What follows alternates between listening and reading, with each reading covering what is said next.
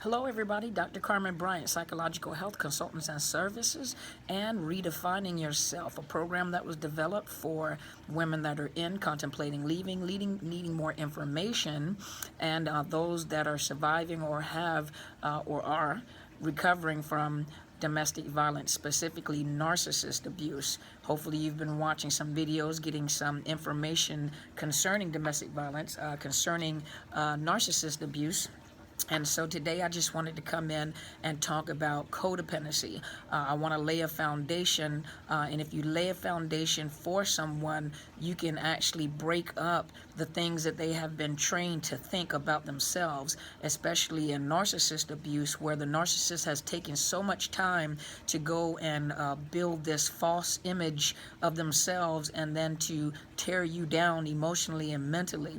And so I want to come back and I want to rebuild, and I want to dispel some of those myths and lies that were told to you about yourself. But in order to understand what has happened to you, I wanted to take you through some psychoeducation to help you to understand how you got into the position that you got into, and to strengthen yourself, strengthen your self-esteem, strengthen your thoughts and your opinions about your own self, because you're living off of the thoughts or the descriptions of yourself based on someone else's opinion and their own weaknesses or own mental health issues. And as you know, as I've been teaching, the narcissistic personality disorder is a personality disorder, dysfunctional and abnormal personality disorder. If you think of it like this, those of you that understand what an autoimmune deficiency is when the immune system has reverted into fighting the body, fighting itself. The immune system was meant to protect the body from disease and pathogens or anything that attacks the body, but an autoimmune deficiency is when the immune system turns on itself and thinks the body is attacking itself. And so those people that have a autoimmune deficiency understand what I'm talking about. Well, narcissism or narcissistic personality disorder is almost similar.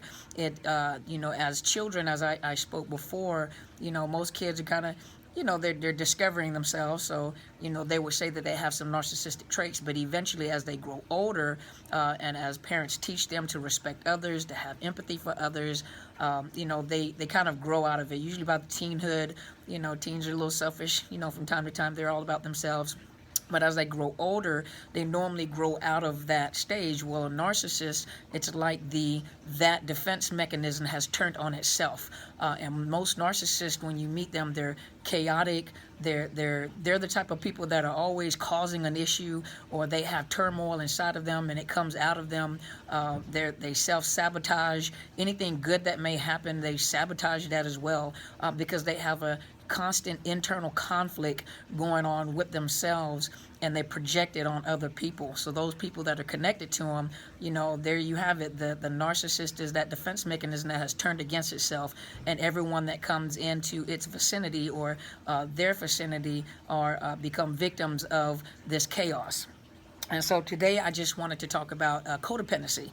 Codependency is a term that I think it was about 10 years ago, it was a term that was developed to describe relationship addiction. Basically, it's relationship addiction, and it describes like an unhealthy relationship between an individual at that time, especially families of alcoholics. Now that term also depicts family relationships with people that have long-term illnesses or mental health illnesses. And it is a learned behavior a lot of times because it also, through generations, is adapted by family members that display this type of behavior, and is adapted by the family members around them, and is passed on through generations. And so codependency, and you're welcome to go, and a lot of times I like to have something to follow. I kind of study it before I get on because I know what I want to talk about, and as a clinician, this is the type of things that we've studied in school or things that we know, but when we present it for myself, because I'm just a teacher at heart, I like to follow a script to kind of look and talk so that you have something to go back and look at later on as well. And you're welcome to go and look up some of these definitions. I like to talk about them There's one site called mentalhealthamerica.net, codependency, and it kind of breaks it down. But I'll tell you as I go. But it kind of breaks it down. I like the way they broke this down. And so it says here that, codependency can affect a spouse, a parent, sibling, friend, or co-workers of a person that's afflicted with alcohol or drug dependence. And keep in mind also mental health, emotional or physiological diseases or illnesses as well.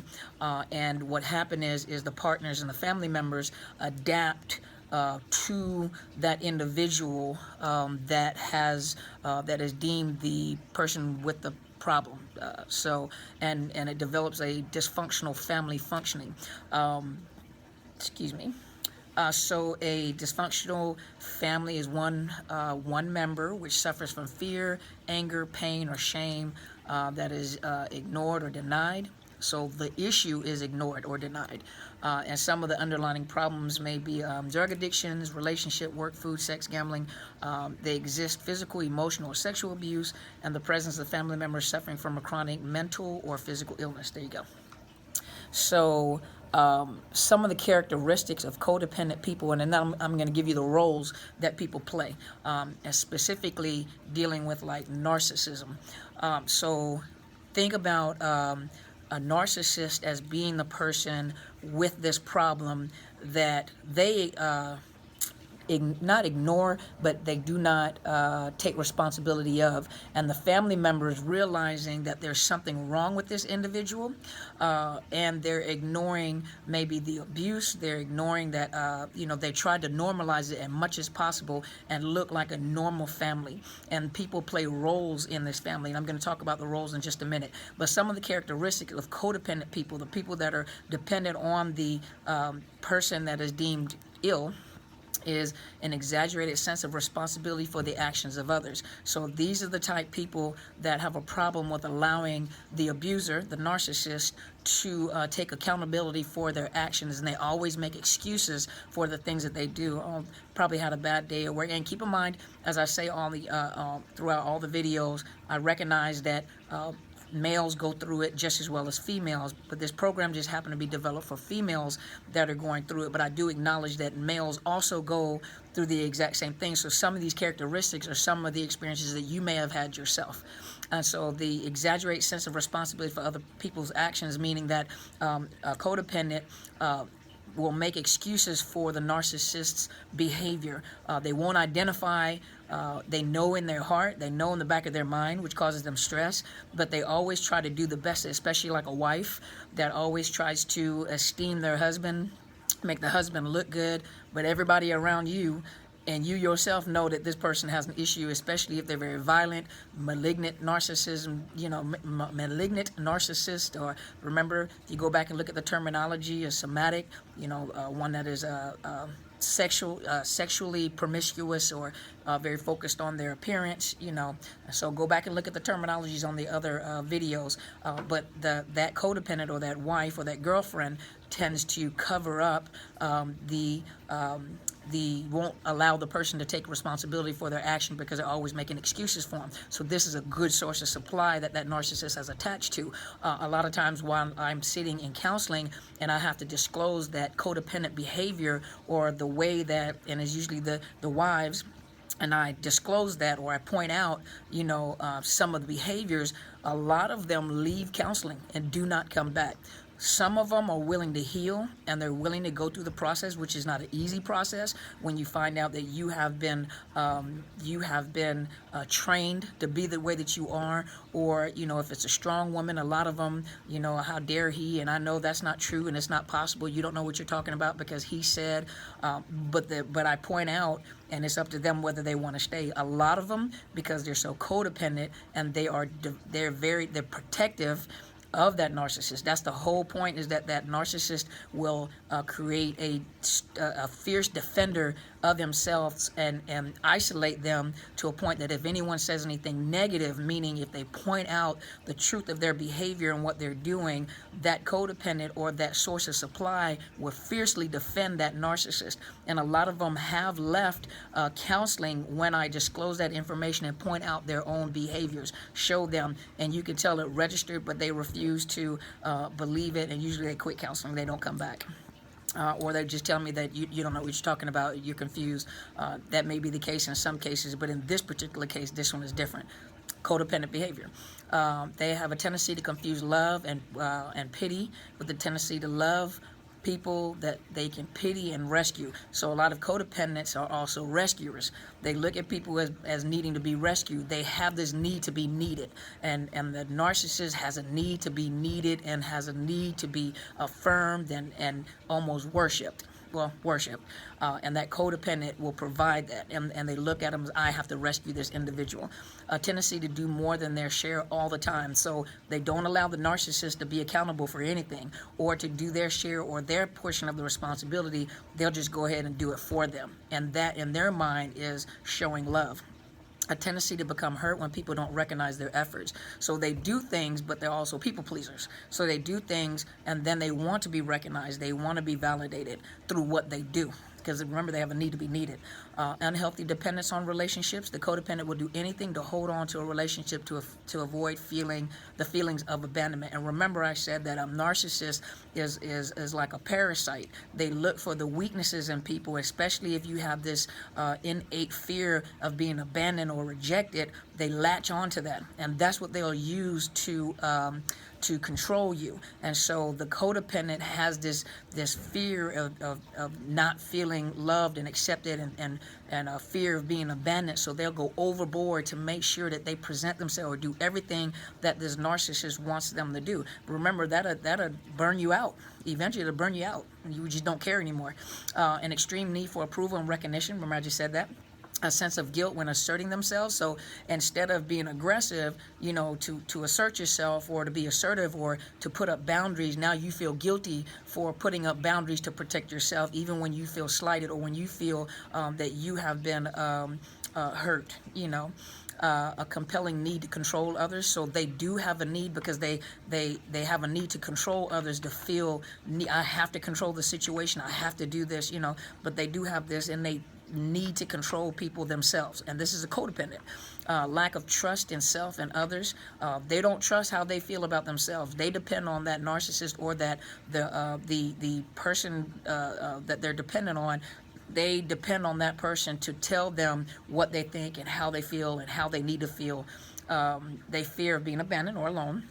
Difficulty identifying feelings. So they could be angry, but they're afraid to express anger because they've been abused by the narcissist. So they're afraid to identify with their feelings if they're hurt, if they're sad, because those feelings have never been validated. So the narcissist is not going to validate the feelings, especially if it's a narcissistic injury to themselves. If I'm angry or upset at the fact that you did something or you offended me or that you hurt me, to a narcissist, you cannot be angry at me. You cannot, I can't do wrong like that, and you cannot be angry. So they'll flip it and make it seem as if it is your problem. You're the one with the problem. So the codependent does not even trust how they feel anymore. Rigidity, difficulty adjusting to change, because they're a fear of abandonment and rejection. Problems with intimacy and boundaries. Remember, they have a problem putting up boundaries because they've been told that their boundaries to protect themselves is offensive to a narcissist. Very offensive to a narcissist because you won't let them have their way and you won't let them be in control.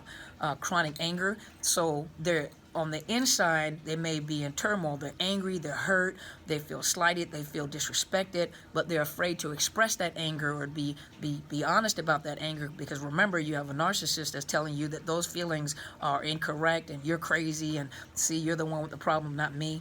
A codependent is also good at lying and dishonesty because remember, they're living a facade. They're living where they're creating an illusion of perfection in their homes where no one knows that there's a big problem or there's abuse going on. So it's a fear and the shame that's related to it. Poor communication. They can't communicate. Most of them are afraid to express the fact that this is going on in their home, and difficulty making decisions. Because remember, every decision that they make, if it's not in accordance to what the narcissist feels or thinks, then it's wrong and it's stupid. Let's see. So let's see some identifying signs of codependency. So I want you to ask yourself these questions. Do you keep quiet to avoid arguments? Because remember, a narcissist can be very boisterous, loud, embarrassing, doesn't mind humiliating you. And so a lot of times what a codependent do to avoid an argument and just keep the peace, they just much rather be wrong and not even, if they know that this conversation is going to cause an argument, they prefer just to stay quiet. They won't even argue. And that's the whole game of the narcissist. I'll scream and yell and instill fear to make you back off of me even when I know I'm wrong. Are you always worried about other people's opinion of you? Are you a people pleaser? Are you just like the narcissist always let you know, this is how I feel about you, or this is what people think about you, or, the average person or a normal person would think this way, or you're not normal, because normally this is what. So now you're thinking like, well, maybe I'm not normal. Maybe I'm not an average person. So now you're more concerned about how people see you than your opinions about yourself. Have you ever lived with someone with an alcohol drug problem, or a narcissist? There you go. Or a mental health issue, or domestic violence, or both, which is domestic violence and narcissism, same thing. Are the opinions of others more important than your own? So are other people's opinions about you, or what they think about you, more important about how you think about yourself? I'm not saying in a disrespectful way, but what I'm saying is do other people's opinion, are you driven by other people's opinion? So that means, do you do things, or do you operate based off of other people's opinion? Well, that's how the narcissist has almost intertwined, or has manipulated a person to think. My opinions about you is more important, so that means you'll do everything that you possibly can to satisfy me. Let's see. Do you feel rejected when significant others spend time with friends? A narcissist will do that on purpose because they want to invoke that jealousy. They want you to say something. They want you to express yourself because it makes them feel validated. Do you doubt your ability to be who you want to be? Are you uncomfortable expressing your true feelings to others? See, you don't trust your own feelings. You feel inadequate. You feel like a bad person when you make mistakes. Everybody makes mistakes. There's no such thing as a perfect person. And we all make mistakes as we go through life. I always say that even in counseling. I make mistakes all the time. I recognize the mistakes, and oftentimes if it's a mistake dealing with a client or another person, I do take the opportunity, to validate their feelings. I truly apologize. That was a mistake on my part. I apologize. But to a point where when you make mistakes, it almost feels like it's almost like you play into the words of what the narcissist has put into you. I am stupid. I can't do anything right. It's above and beyond, but everybody makes mistakes. So, love yourself anyway, even when you make mistakes. We all make mistakes.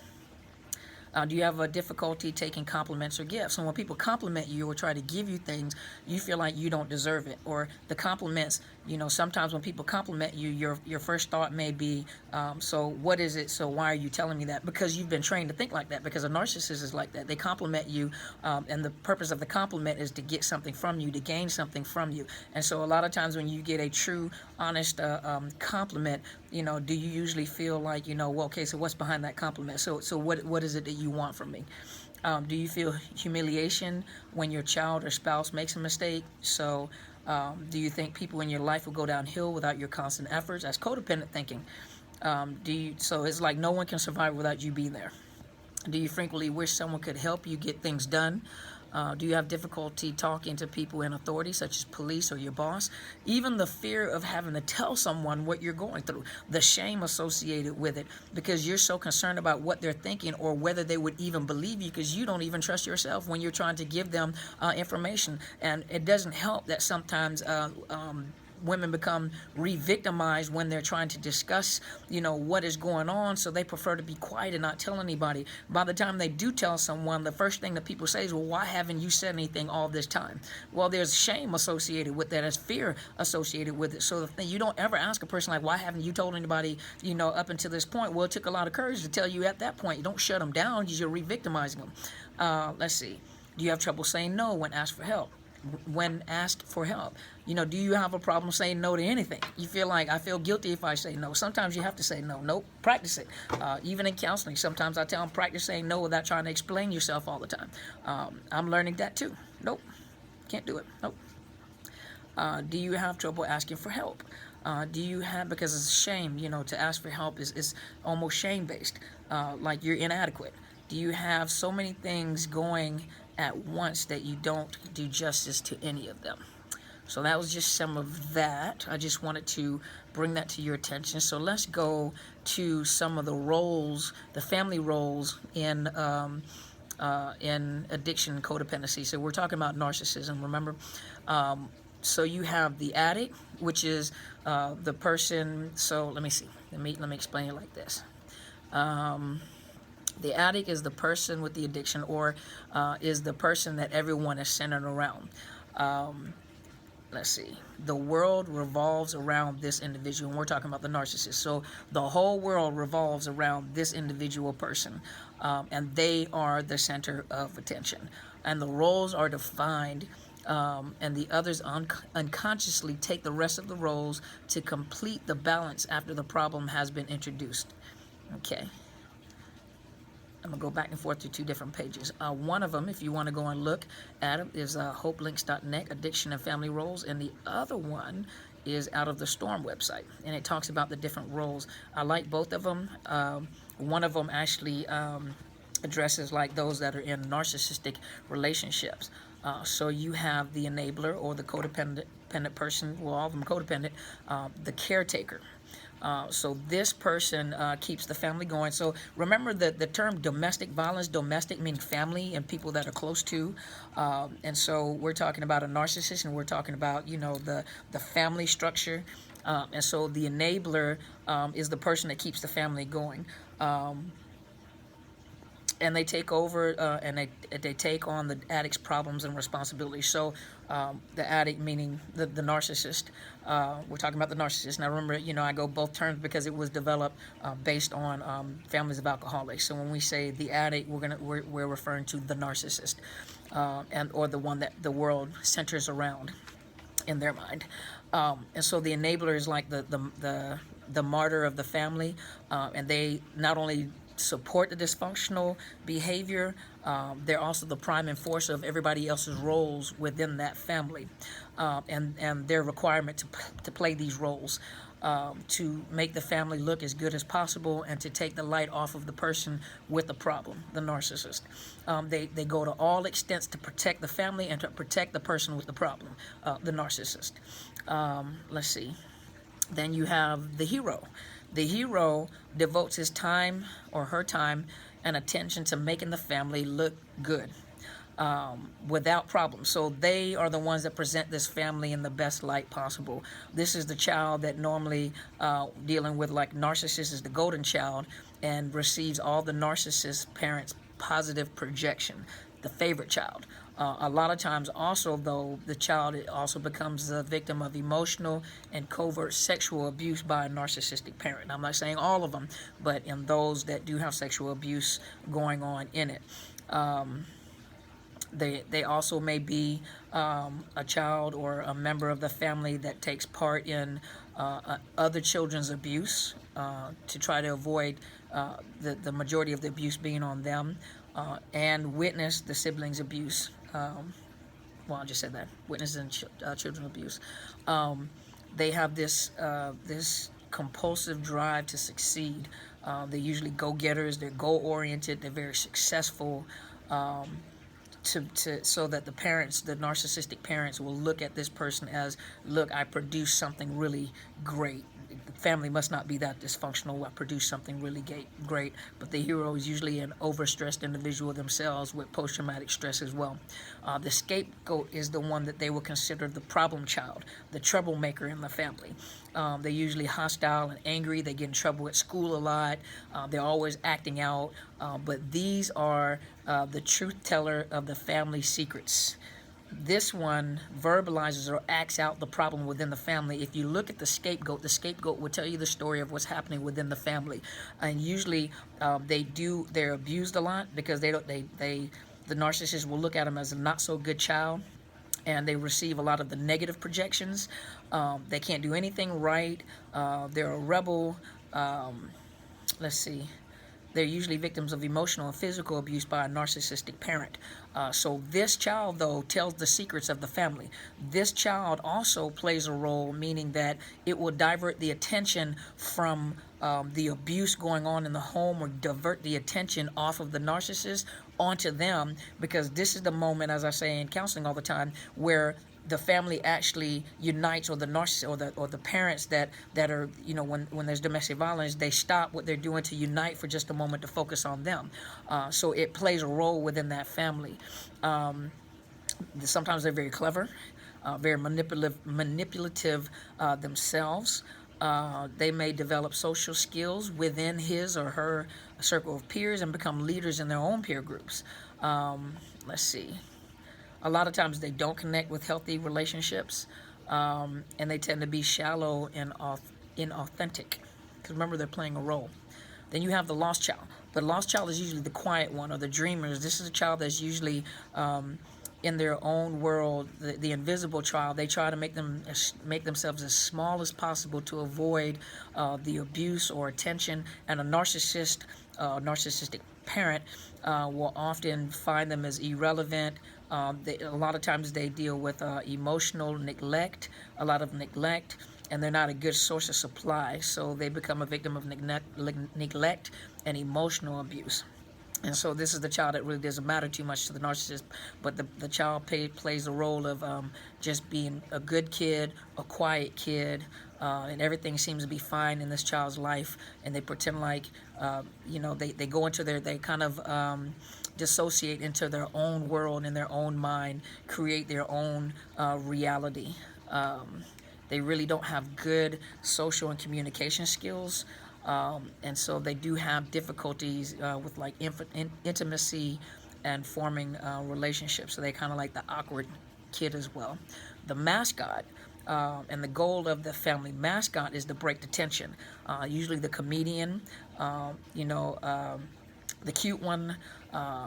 The child usually feels powerless in the dynamics of what's going on in the family, so they try to interrupt the tension by bringing humor, and especially in tense or in unpleasant situations. They're the center of attention for the family. They usually are the ones entertaining the family and making everyone feel better through comedy. They may also use humor to communicate and confront the family's dysfunction. Rather than to address it directly. A lot of times in the humor, you'll find repressed emotions of anger, grief, hostility, and fear. Let's see. I want to add something to that. I was just reading through it real quick.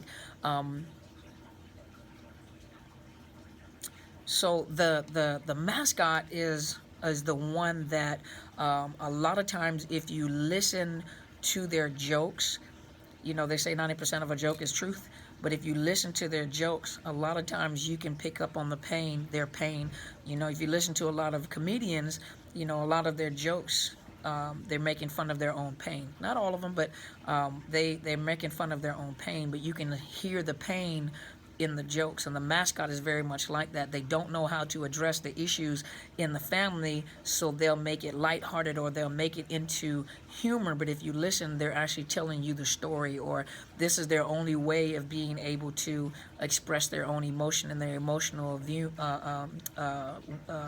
wounds. And it provides like a temporary balm. So they like self-medicate themselves to kind of distract themselves from the pain, the emotional pain that they're going through being involved in, this dysfunctional family. And so I wanted to give you that information because I wanted you to understand the roles in codependent families, especially dealing with narcissistic families. And like I said, this is one of those people addiction type things dealing with a narcissist. But to give you an understanding of like different roles, it may give you a different perspective for those of you that are still in relationships, in domestic violence relationship, especially a narcissistic relationship. I hope this has enlightened you to see the different roles that may be being played in the family, and even your role as an enabler, as a codependent, to cover up the abuse or to cover up the behaviors of a narcissist. They're not being held accountable for their behaviors and how they're damaging the family or how they're damaging you. And you are a very for most women, I have to respect the honor of my husband, and I'm not going to let anyone talk about him, yet you're being abused, and these are the feelings that you're going through to defend them. Sometimes, you have to make a person responsible. Not everyone is going to take accountability of their action, but there's consequences to your actions. And as long as you're covering up for that individual is never going to change. Now, whether a narcissist can change or not, studies haven't shown that they did. I was listening to another YouTube video where I think it was a psychologist that said that, if they're made aware of their actions, and that there's a possibility when they're made aware of those actions and the things and how it affect, that there's a possibility the person can change. Well, if the person has narcissistic features, that's one thing. But if a person has narcissistic personality disorder and it's ingrained and they have grown older, gotten worse with time, there is no change. There's no studies so far. I'm going to continue looking. Maybe there is, but there are no studies so far to show that the behavior has changed, the personality has changed. This is a personality disorder.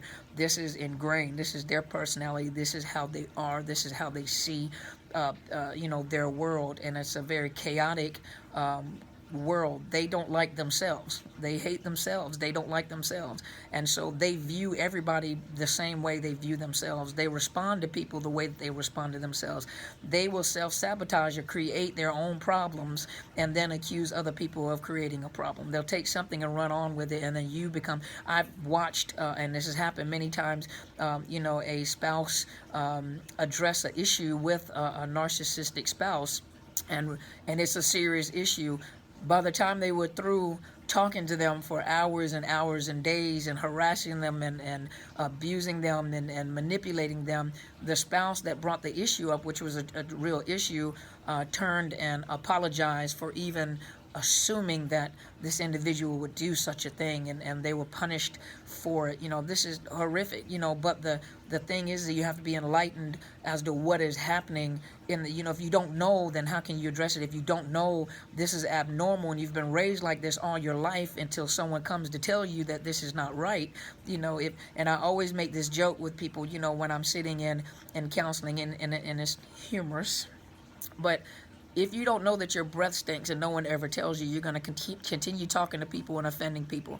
It takes someone to be bold enough to say, hey, I don't mean to offend you or anything, but that your breath, you might need a Tic Tac or something. Now you have presented that information to that individual. Now it's up to that individual to make a change. Me, I'll take a piece of gum or a Tic Tac, and now I'm aware of it, so I'll be more sensitive to other people and make sure that I have some gum in my mouth when I'm talking to people. But if you're never brought the information, or if you choose not to change, then you're going to offend more people. So if you never receive the information, how can you ever change? And I'm talking to the people that are contemplating leaving, or that are recovering from domestic violence, and that are recovering from narcissistic abuse.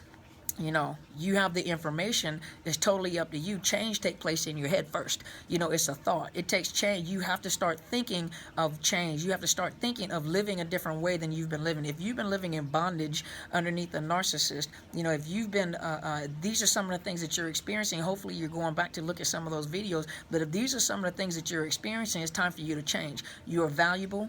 It doesn't matter whether you think you're beautiful or not. You're beautiful, and you were created to be beautiful, and you were created to be great. No one has a right to tell you who you are, what you're supposed to be. That is called control. And no one has control over you. You have a free will, and you have the right to be whoever you want to be, and you have the right to think however you want to think. That is your freedom. That is your right, and no one has the right to control that. Hopefully this has helped you out some. If you enjoy this video, please go to my YouTube channel, Dr. Carmen Bryant, Overcoming Narcissist Abuse. Subscribe, like the videos, make comments, talk to me. Tell me some things about you've gone through. Ask me some questions, and I'll be more than happy. I'll be honored to answer questions, even to make videos off of some of your questions, because there are some questions that you may have that other people are afraid to ask. There are some people that are watching these videos that don't say anything. They're very quiet. They're the lost child. But they're listening, and they're learning, and they're beginning to understand some things. And so I won't stop making these videos, because I know there are some people that are hidden. I know there are some people that are afraid to speak up. I know there's some people that are afraid to be seen at this particular time. But I hope this is hitting a spot with you. I hope this is giving you some information to help you understand what you're going through and what you're not and what you are. So hopefully you subscribe to my channel. Also, I have a Facebook, professional Facebook page, which is Psychological Health Consultants and Services. Take the opportunity. You can like the page. And thank you so much for your time. Thank you so much for your interest, and hope to see you soon.